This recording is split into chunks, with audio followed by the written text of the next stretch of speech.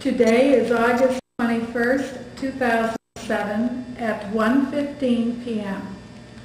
We are interviewing Paul Haber, who served in the United States Navy from January 28, 1963 to February 28, 1992. June and Kenneth Hunter are conducting this interview in Albany, New York. Please tell us your full name and when and where you were born. All right, my name is Paul M. Haber. I was born November 14th, 1944 at the old St. Mary's Hospital in Troy. I was born and raised in Troy. Graduated from Troy High School in 1963. In January 1963, through the recommendation of a friend, I joined the Naval Reserve. Just a little bit of background of that, in November of '62 I turned 18, and in those days you had to go down to the draft board and sign up. I was still a senior in high school, did not want to go in the Army. So, as I say, a friend of mine who was a store owner's son who on 10th Street where I lived in Troy, and I got talking about the Navy and the Naval Reserve. And he recommended I go talk to the recruiter about the Naval Reserve. So in the middle of January of that year, after high school one day, I decided I'm going down and talk to him.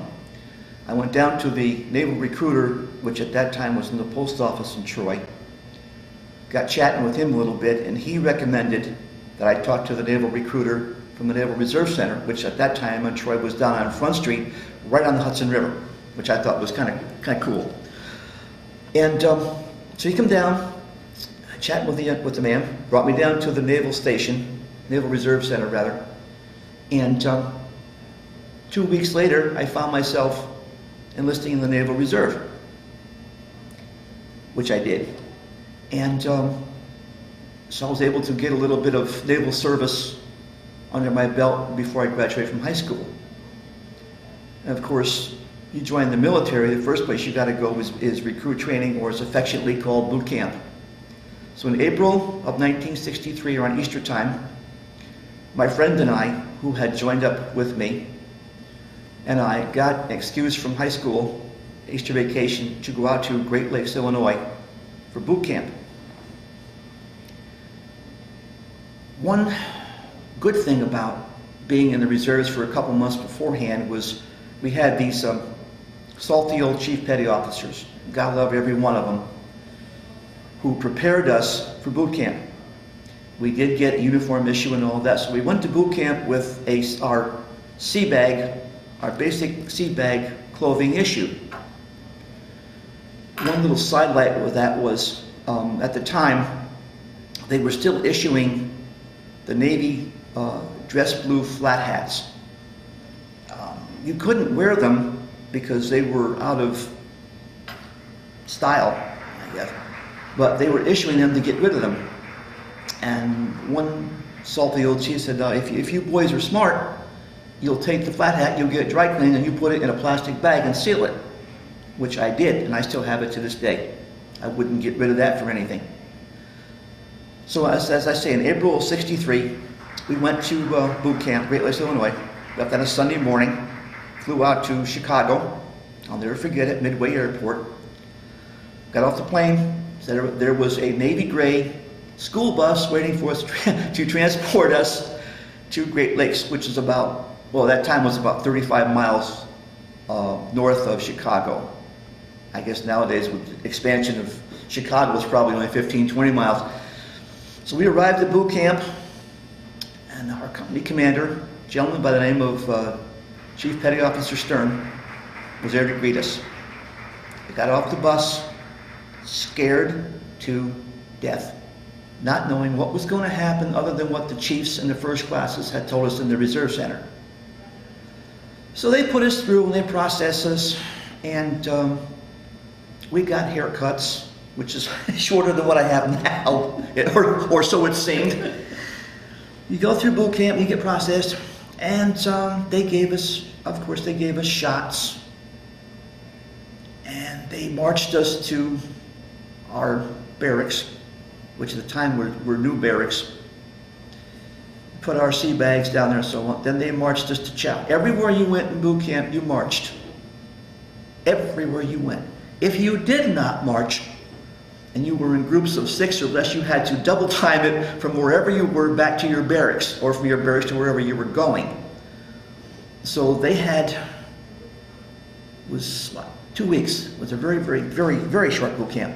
So it was basically a 24/7 boot camp. They marched us everywhere. They marched to chow. They marched to classes. You know, and the least little infraction that you did, or they perceived that you did, they would, what they call, drop you for push-ups. I was never in such great physical shape in my life when I got through boot camp.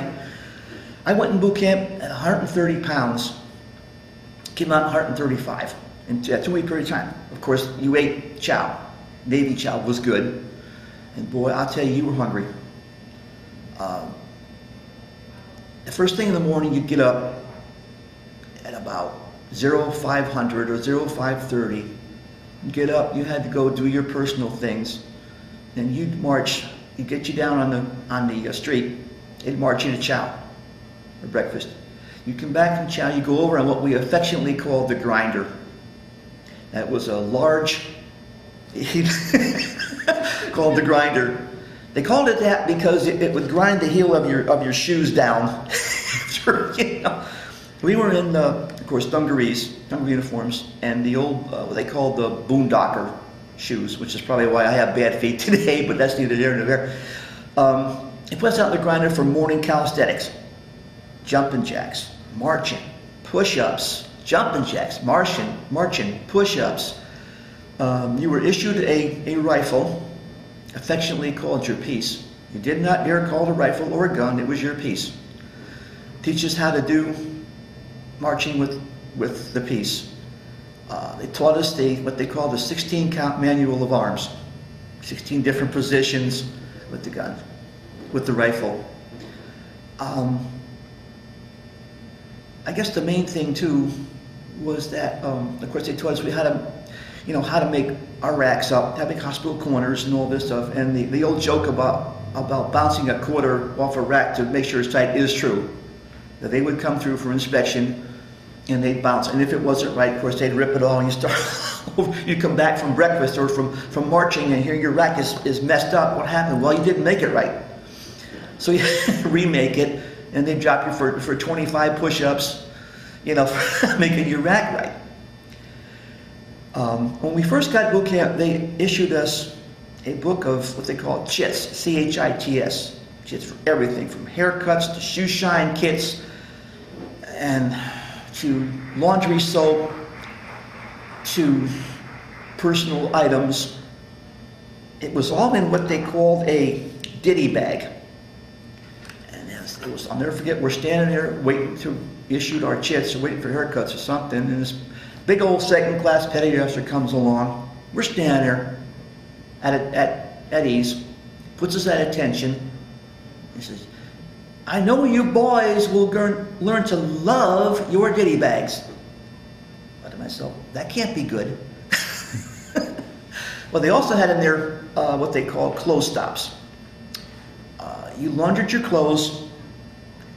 They had loops inside your clothing, and they taught you how to tie your clothing on the line, the drying line downstairs between, there was like a quad of buildings, and the laundry area, or drying area, was down in these buildings.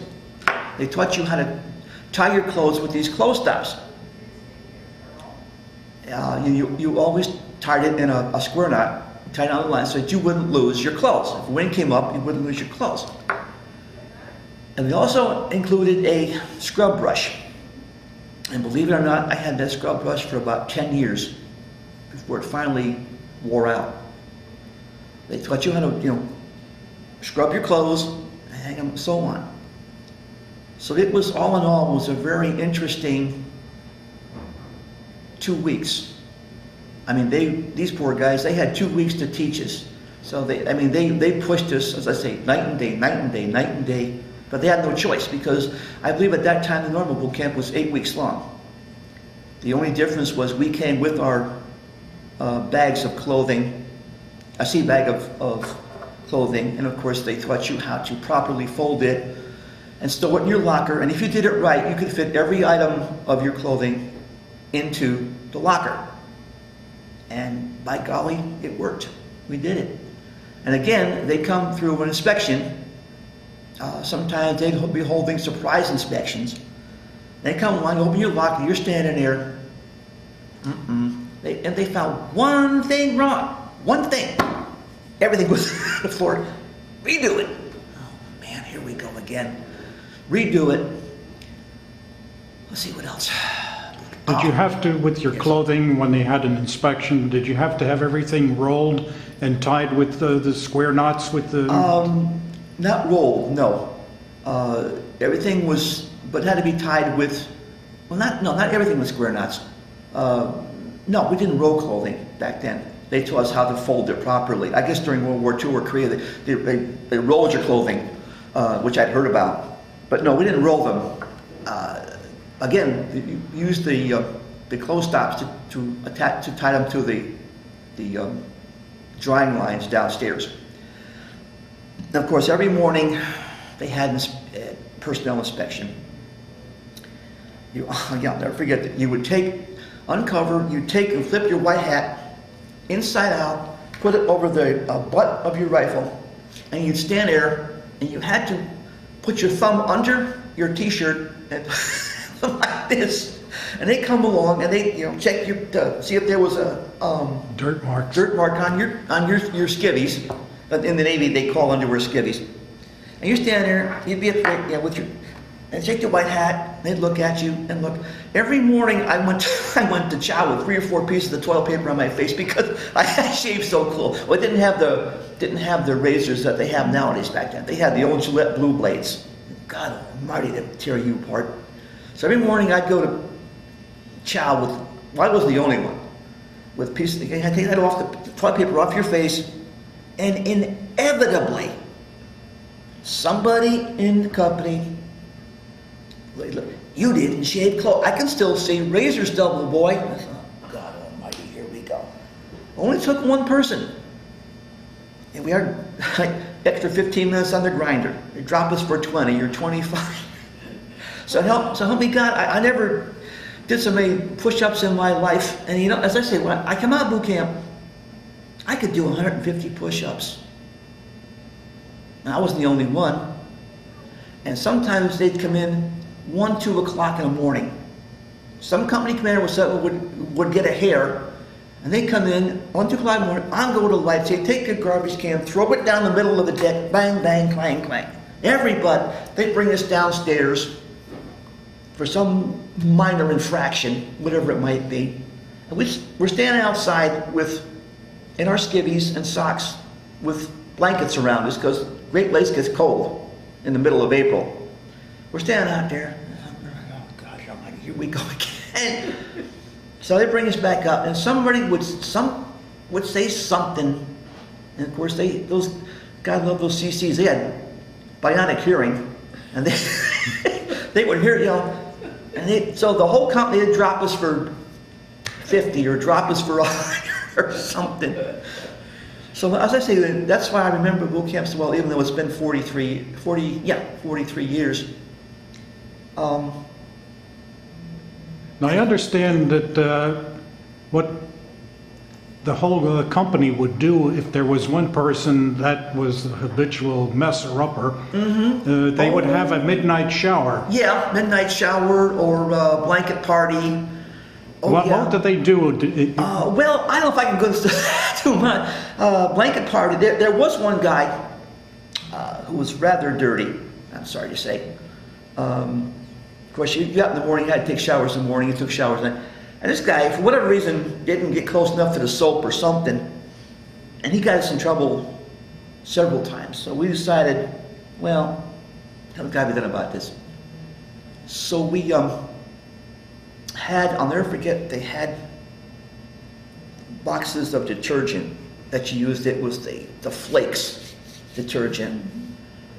And they had a boxes of snowy bleach, non-chlorine bleach, so you could scrub your white hats. Well, we got this guy one night in our evening shower. It was probably 9:30. About half a dozen of us went in there with scrub brushes and dragged this kid into the shower. Now, you're going to be clean. And we gave him a blanket party or a shower party. Scrubbed him good with the scrub brush and the snowy bleach detergent. Worked like a charm.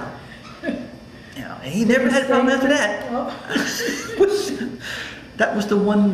Should I say though? It's been 43 years, but man, you just don't forget. Okay, after the completion of basic training at the Great Lakes, what was the next step for schooling or aptitude tests? The next step when I came back from Great Mistakes, we called it Great Lakes. You had before you could. I was still E1. Seaman. I was still a seaman recruit. One stripe right down. You know, you might as well have a neon sign. Beep boop, beep boop. One stripe on a uniform. So the whole world knew you were a seaman recruit. Pardon me. So before you could make E2 or seaman apprentice, have two stripes, you had to go on what they called back then actutras, or active duty for training. So in September of '63, well, let me backtrack just a little bit. In August or so, they came out with a list of places you could go on active duty at your choice. I'll never forget this either. There was a reserve destroyer escort out in Chicago. I forget the name of the ship, but there was in fact, it might have been the USS Kidd, now that I think of it. It might have been an old World War II destroyer.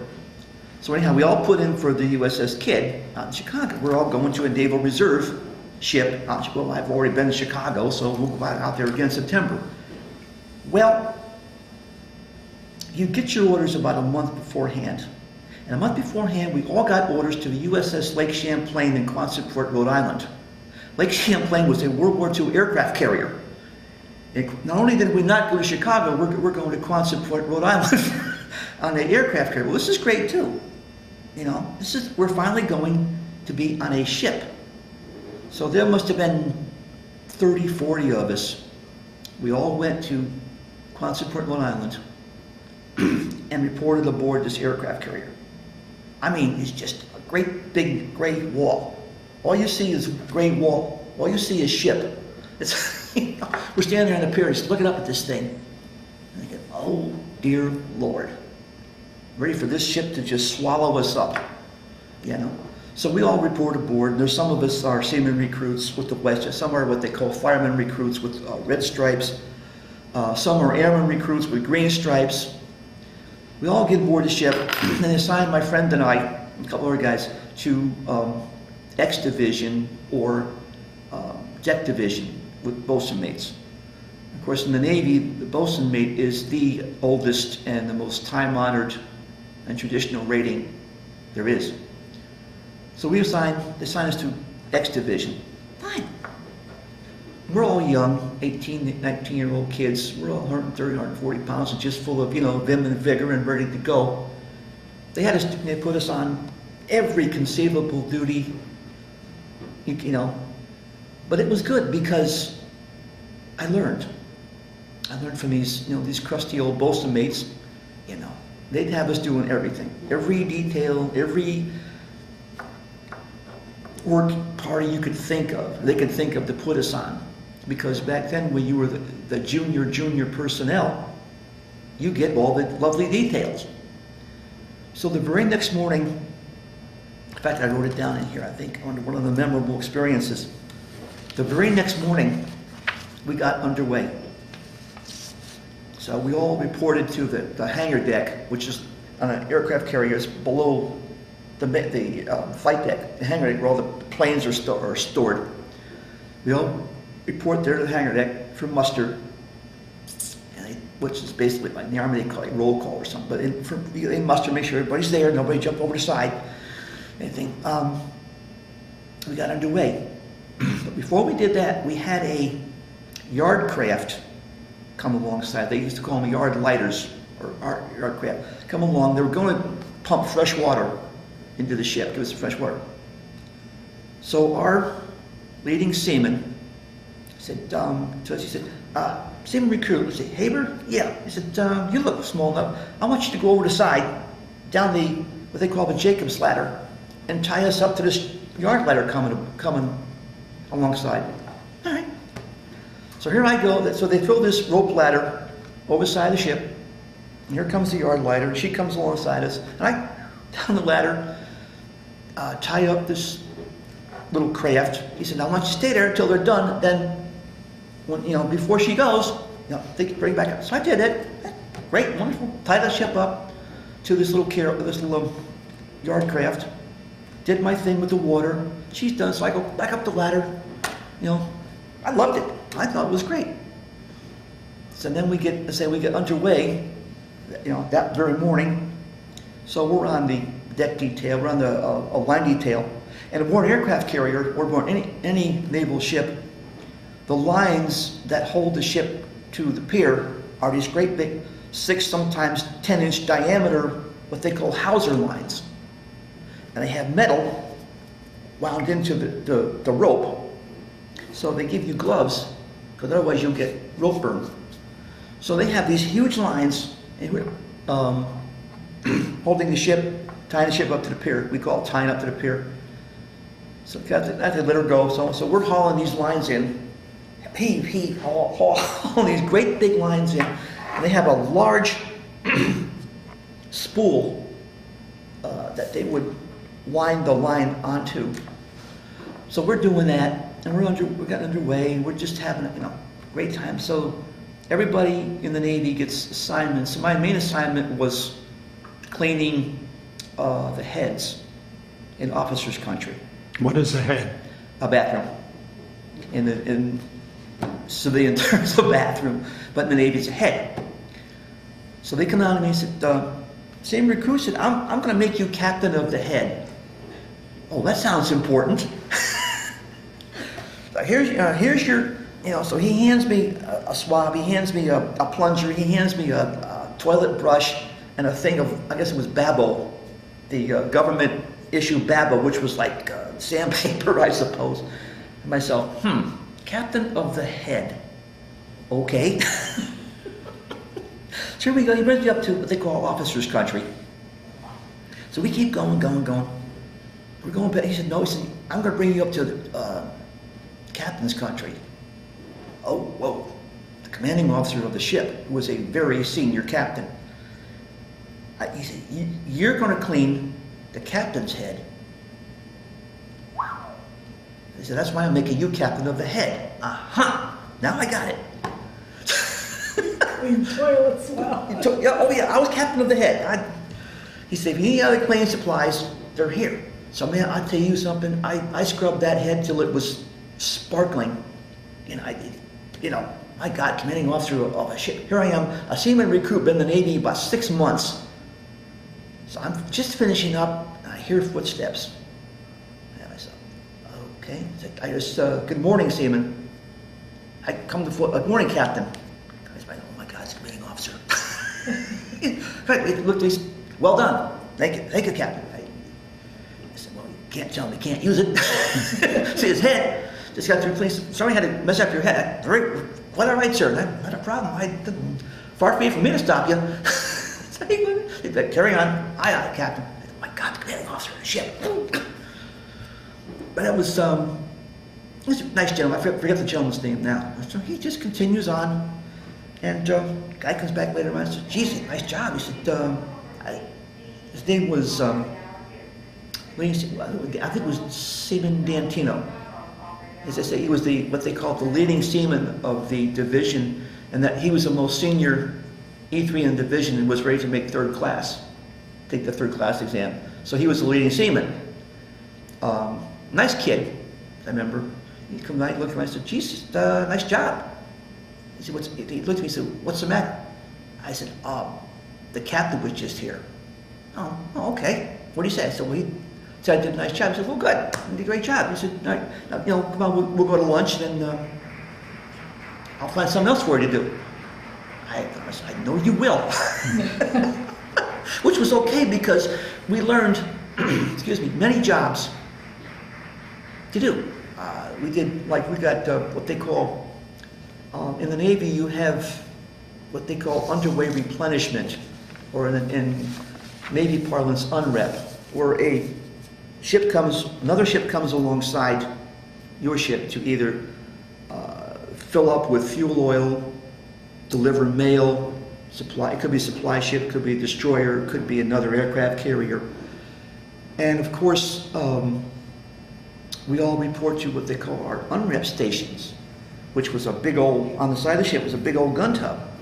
And I mentioned earlier, they have these large lines that they throw over and you do your thing, and then they bring aboard whatever it might be. So in this one particular instance, they had a supply ship bring aboard fresh provisions. So of course, you got to bring the provisions from the front of the ship to the back of the ship. just the way it comes aboard that way. So they have a working party, which I was volunteered. So here I am, among other guys, 2 25-pound stacks of potatoes walking down an aircraft carrier. The ship is going this way, that way, that way. I am bouncing from side to side. I'm hitting the airplane here and the helicopter there. But after a couple of times to do it, it was an all-day, what they call, in the Navy, the job is called evolution. It's an all-day evolution.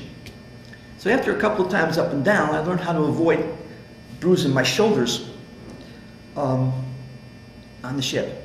So that was that, and then it came with many, many other jobs. The ship would go to what they call in the Navy battle stations or general quarters. That's one of the daily drills aboard any ship in the Navy while you're underway. You just have to be battle ready. That's just the way it is. So everybody gets a general quarters station. My first general quarters station was the incinerator. In case you had to destroy any classified information, they could give us bags of, in a drill, they just bags of paper to practice, destroying them. But in real war time, there may come a time where you have to destroy classified information to keep it from getting in the hands of the enemy. So that was my first GQ station. Then they decided they're going to switch us. My next GQ station was a gun tub. Aboard ship on the very outer part of an aircraft carrier, they have gun tubs, or at least in the old days they did. And we had these 40 millimeter anti-aircraft guns. Pretty cool. So they're going to teach us how to fire these guns. Hey, great. So they have, at the time there was 2 gentlemen, 2 of us would man a gun. There was the gun tub captain who was a senior gunner's mate. There was one guy was the point of the gun, and one would train the gun. In other words, you point the gun at the enemy and you train it to follow the target. So I was the pointer. So I'd point the gun. Pretty cool stuff. So they're teaching us how to do that. And they wore sound-powered phones, because during general quarters, all the information comes from what they call the Combat Information Center, or CIC, which is usually located just below the bridge of a ship, from which obviously the bridge of a ship where the ship is steered from. So all the information comes over the circuit of these sound-powered phones, and you get information. Okay, we got an enemy ship, so many thousand yards off our starboard side. Now, in the Navy, or at sea, a nautical mile is 2,000 yards or 6,000 feet. So when they say in the Navy, we have a ship, 6,000 yards, just like 3 miles or so off the starboard side of the ship, which is the right side of the ship. On a ship, of course, you have forward and back. On the right side of a vessel is starboard, left side of a vessel is port side. So again, you've got these gun tubs circling around the ship, just below the flight deck of this aircraft carrier. and they practice shooting rounds, what they call it. You know, each bullet, or I think in the Navy it's called a round. Each round, you may have to shoot so many rounds a minute to be proficient in this particular gun. So they taught us that. So as I say, I learned an awful lot. Just that, again, it's one of these little 2-week things. So I came back to the Reserve Center. I took the E2 exam and passed it, and I said, all right, now I'm a seaman apprentice. This is really great. I get rid of that one strike. So after that, I went, weekly training in the reserves. And then after a while, they come around, they talk to you. Okay, now you're going to be an E3. It's time to start thinking of what job or rating you want to be in the Navy. So they gave us, when I first joined, they gave us a battery of tests. They used to call it GCT, which was General Classification Test, and they had another one for, I forget what they called it. In the military, and anybody who's been in the military knows this, everything is acronyms or shortening. In other words, instead of saying General Classification Test, they say you're going to take your GCT, stuff like that. So I took it, and I got like 120, whatever the score was, really good. So I could basically have my choice of a whole bunch of different ratings. So you go into the counselor who sits you down and talks to you. So I said, what you interested in? I thought, well, maybe I could be like a yeoman, which the Navy is an office worker or a personnel. He said, well, he said, have you ever thought about being a hospital corpsman? I said, no. I thought to myself, wait a minute, hospital. Wait a minute, time out. When I was a kid, you couldn't get me in a hospital. They had to drag me into a hospital. I said, no, I haven't. He said, well, why don't you think about what they call striking for hospital corpsmen? Hey. So we'll sign you over to sick bay, which in the Navy is Navy equivalent of, I guess, the emergency room or a small clinic. It depends on the size of the ship, and it depends on the size of the station, how big your sick bay is. So I'll take you over to, he said, we'll take you over to sick bay, and we'll have you work over there for a few weeks, and we'll get you a set of orders to a hospital corps school. All right. So I go over there, not knowing the first thing what to do. I had no idea. So there was a gentleman over there at the time, was a second class corpsman by the name of Van Valkenburg, who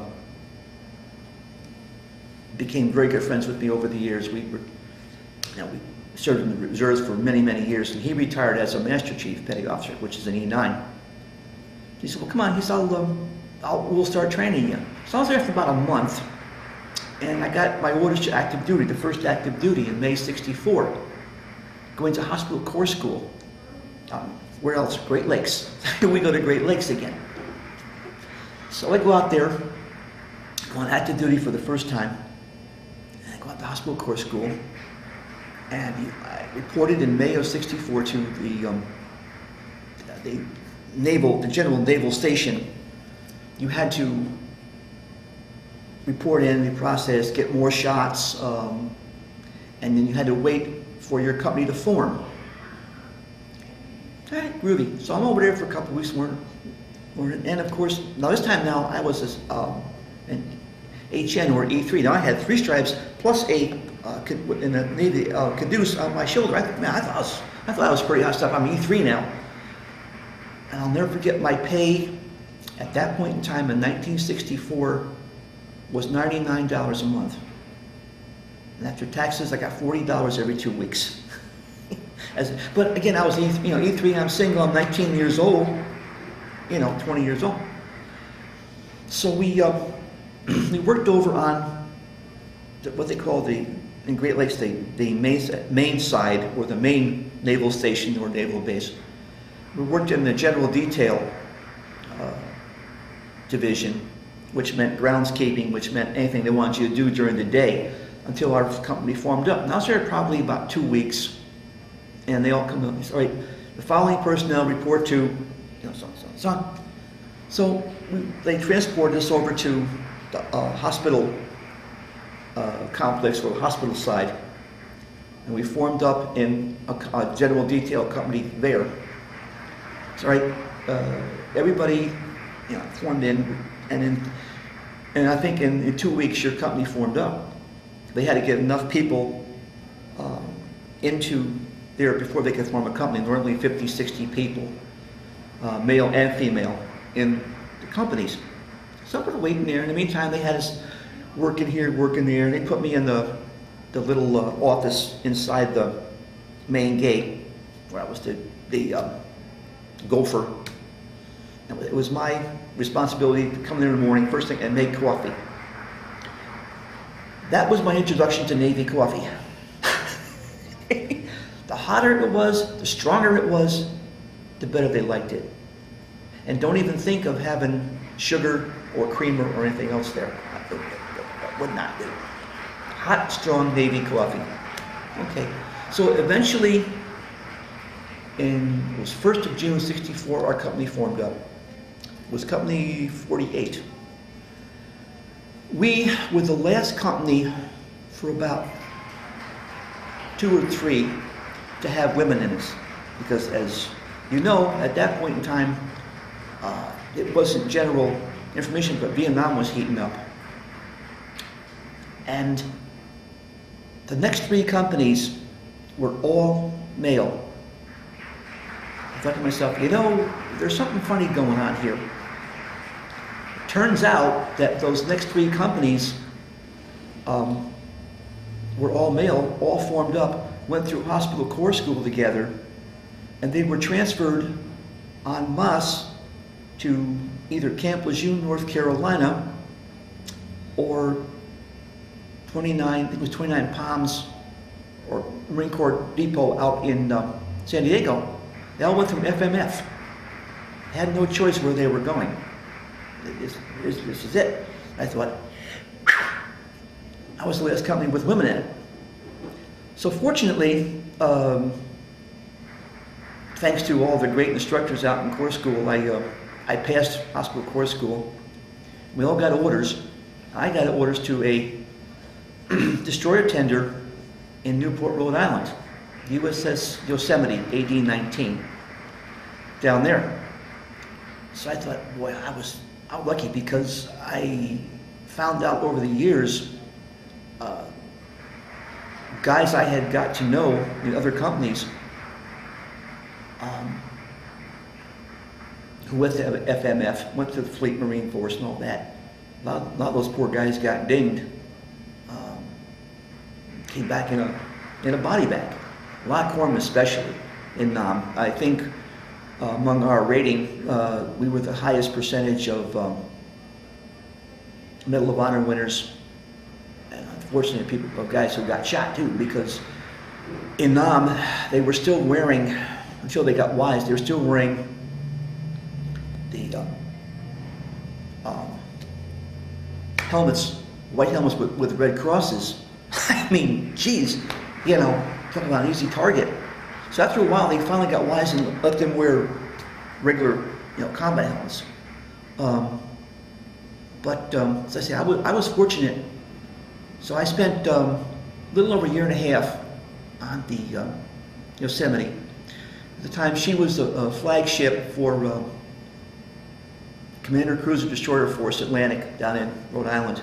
So every winter time, we'd take a cruise. They would call it like Operation Springboard. We'd take a cruise down to the Caribbean for 4 to 6 weeks. And I'm telling you, that was beautiful, because we'd leave in the dead middle of winter on Newport, Rhode Island, where the average temperature was like 15 below zero or something, and head on down to the Caribbean for 4 to 6 weeks of fun in the sun. We were a support ship, so we had a great time. We do a little exercising, and then we'd have Liberty in Puerto Rico, or Liberty in St. Thomas, Virgin Islands, or St. Croix, Virgin Islands, or all those really, really nice places. So we'd come back from, in March, we'd be all suntan and everything, and these poor guys had been up in Rhode Island during the winter. I'm telling you, the wind that came whipping up the up the piers. Of course, like every naval base with ships, it's on a bay, was on the Narragansett Bay, and in the wintertime, the wind could whipping up there, up those piers. You talk about cold. It's a good thing we had peacoats with the, the flaps. So after a year and a half of that, in the meantime, I took the exam and got promoted to Petty Officer 3rd Class. So now I'm making $264 a month. I thought, wow, I'm rich, I'm in the money. So in the meantime, went home and gotten engaged. And so I came home in May of '66. And since I had gone to Corps school, I had to do all 6 years of my initial enlistment. A lot of guys back then would do 5 years, and the next year they could do what they called the Ready Reserve. Didn't have to go to meetings and such. But since I went to Corps school, I had to do my 6th year, which was fine because, as I mentioned in there, the schools that I went to in the Navy, I got college credit for. So I got college credit for that 16 weeks of basic hospital corps school. So from May of '66 till July of '74, I went to the reserves and got promoted. Eventually made 2nd class, eventually made 1st class. And so July of '74, I was working as an LPN up at the old Leonard Hospital in Troy. And a lot of people will probably recall it's in '73, that so-called gas crisis, where the price of everything went, in a year or two, the price of everything went sky high through the roof. And my pay, unfortunately, didn't go up. So my ex-wife and I at the time, wife and I at the time sat down, talked it over, and I went down to the recruiter. And July of '74, I went back on active duty. The only bad part was I had to reduce back to 3rd class, which as an E4, I was still making some decent money in July '74. So in July '74, I went back down to Norfolk, Virginia, got reprocessed in. In August of '74, I went to the Washington Naval Yard in Washington, D.C. at the medical clinic there. I spent 4 years at the Navy Yard, being stationed in Washington, D.C., which was quite an experience in and of itself. One of the really neat things was, at the Navy Yard, the President's yacht was, tied up there. So every so often, they would close down the Navy Yard because the President was coming through to go to the yacht. And on a couple occasions, being hospital corpsman, we had to take our ambulance down to the pier because they'd always have some kind of a ceremony and so on in case somebody got hurt. Obviously, we can only park within a certain distance of the ceremony. So I got to see President Ford and his wife Betty, if only briefly, to say hi. Hi, how are you? And so then in '78. In the meantime, I had made 2nd class back.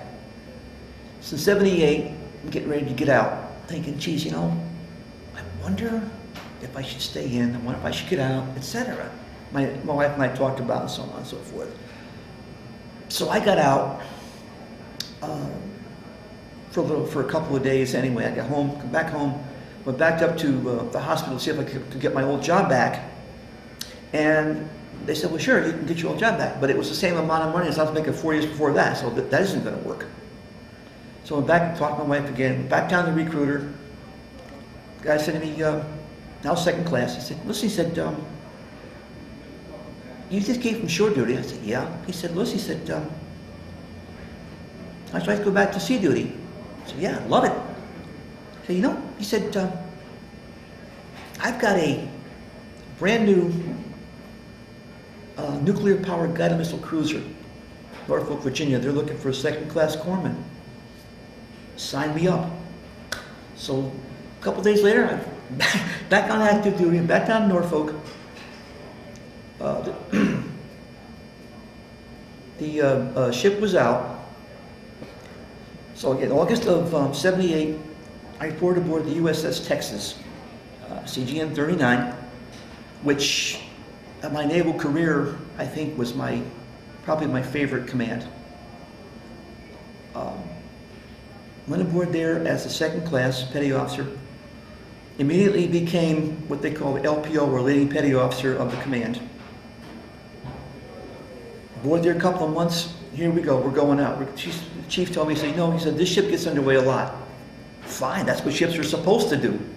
Maybe you were supposed to get underway and go here. So over the very first Mediterranean cruise, a year later, September '79, we were supposed to go over to the Med for 6 months. I'm sorry, Mediterranean, they call it the Med cruise. We're supposed to go over there for 6 months. It wound up as a 9-month Mediterranean Indian Ocean cruise, because in December of '79, yeah, right around Christmas time, they had that hostage crisis over in Iran. So we were in Livorno, Italy, ourselves, the aircraft carrier USS Nimitz, and another guided missile cruise, the USS California. So we get orders to depart immediately and head for the Indian Ocean. At that time, the Suez Canal would not let, or the Panama Canal either, would not let nuclear-powered vessels go through. So we had to go all the way down around the Cape of Good Hope, or the Horn, and all the way back up. So it took us 21 days of being underway, the Navy would call it steaming, to arrive, they call, on station, just in time for the hostage crisis. So we were there, and of course on the way there we had practiced, as I mentioned earlier, drills, under general quarter, battle station drills, etc. Practice. It's a good thing we did, because that one morning, after I guess it was the failed attempt of the rescue of the hostages, like I wrote it in here too, we went to general quarters for real. So we were at general quarters because someone had spotted Iranian jets heading on our way. So what we had to do was place our ship between between the jet and the carrier, and attempt to shoot this plane down if it got too close. Well, in the meantime, a couple of F-14 Tomcats took off from the carrier and I guess chased the Iranian jets away. And so we were okay. But on the way down to the cruise, one of the funniest, most memorable events that took place for me was we crossed the equator. Now, in the Navy tradition, you cross the equator, you have to become a trusty shellback. You have to go from what they call a sleazy, slimy polywog to a trusty shellback. And it's quite a ceremony. They have King Neptune come aboard, and the royal baby, and the royal barber, and all sorts of, the royal cook. It's just Navy. It's just a tradition. And I gladly took part in it and became a trusty shellback. I've been a shellback ever since. So when we're all done, eventually we're all done, and we get relieved by another battle group. So we're heading back to Norfolk, Virginia. So we go back the other way and we cross the equator again. So in the meantime, all the new guys that come aboard the vessel have to be initiated into the mysteries of the deep and all this sort of thing. So we went through the shellback initiation with them. So now we're all shellbacks. So we get back to Norfolk, and in the meantime, I had applied for and been recommended and approved for advanced hospital corps school, which was great. So in 80, I left the Texas after almost 2 years being on board, from 78 to 80. Went over to hospital corps school in Portsmouth, Virginia. This was the Mecca school. This was the most challenged, this advanced hospital corps school. At that time, it was 40 weeks long, and I got the equivalent of something like 60 credit hours from George Washington University towards a degree in allied health sciences. I said, hey, this is a snap. You go to school, you go to Navy school, you're going to school, they pay you to go to school, and you're getting college credit in the meantime for these schools. So it's great. So I advanced through school, passed school, so on, got my college credit, reported to my next duty station, which was up in Williamsburg, Virginia. It was at the little, what's called the Cheltenham Naval Station, Naval Depot. It was a Naval Cargo Handling and Port Group, or combat stevedores. So I did my 3 years of school, and every winter we'd go to Hawaii for training. So I went to Hawaii 4 times in 3 years, which was wonderful. Went to the Philippines once, all during this dead middle of the worst winter weather Virginia had seen in ages. So we did our thing, and eventually I had to be transferred.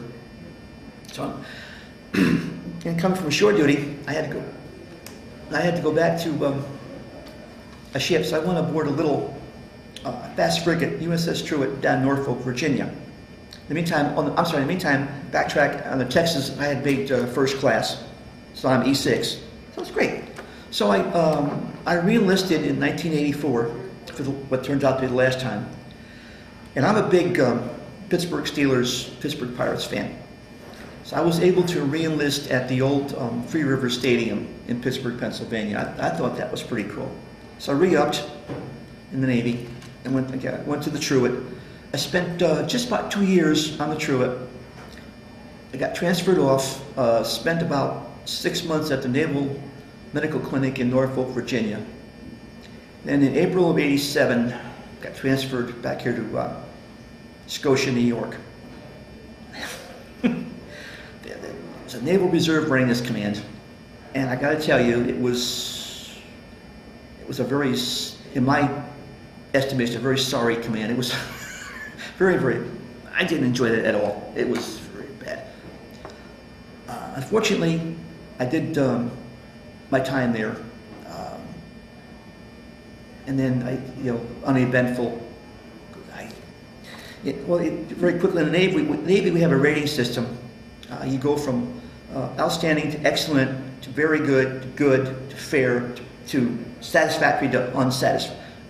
In the Navy, if you're unsat, boy, you're the lowest dredge in the world. Well, there are some unofficial terms that we that we use in the Navy. I can't say it in this company, but this command was a very sorry command. It's called piss poor. That's what we called it. So anyway, so in 92, late 91, 92, as you know, the Desert Storm and all that happened. So we did that thing.